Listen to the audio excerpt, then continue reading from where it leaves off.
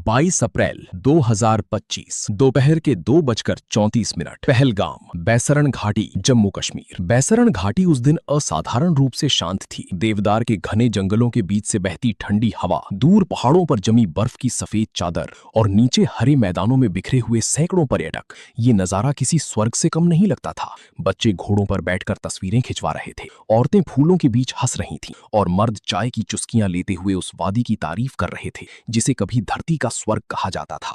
किसी को अंदाजा नहीं था कि उन्हीं देवदार के पेड़ों की आड़ में, उन्हीं खूबसूरत वादियों की गहराइयों में कुछ ऐसा पल रहा था जो अगले कुछ ही मिनटों में इस जन्नत को जहन्नम में बदल देगा।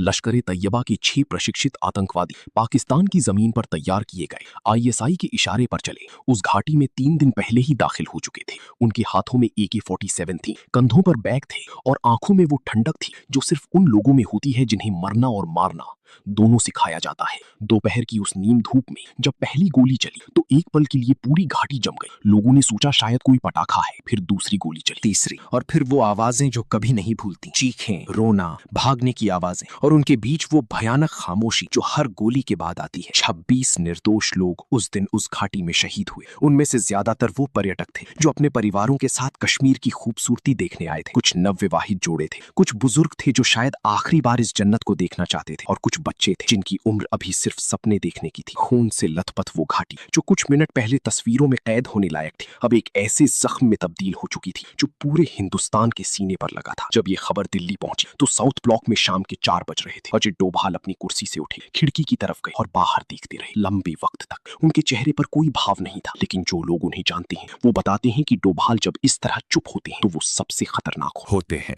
उन्होंने अपने सहायक को बुलाया और सिर्फ इतना कहा, PMO को बताओ आज रात मीटिंग होगी। उधर प्रधानमंत्री नरेंद्र मोदी को जब पहली रिपोर्ट मिली तो वो एक कार्यक्रम के बीच में थे। उन्होंने वो कागज पढ़ा, एक पल रुके और बिना कोई प्रतिक्रिया दिखाए वो कार्यक्रम पूरा किया। लेकिन उनकी आंखों में जो आग थी वो बुझने वाली नहीं थी। पहलगाम का वो जख्म अब सिर्फ जख्म नहीं रहा था, वो एक फैसले की नींव बन चुका था।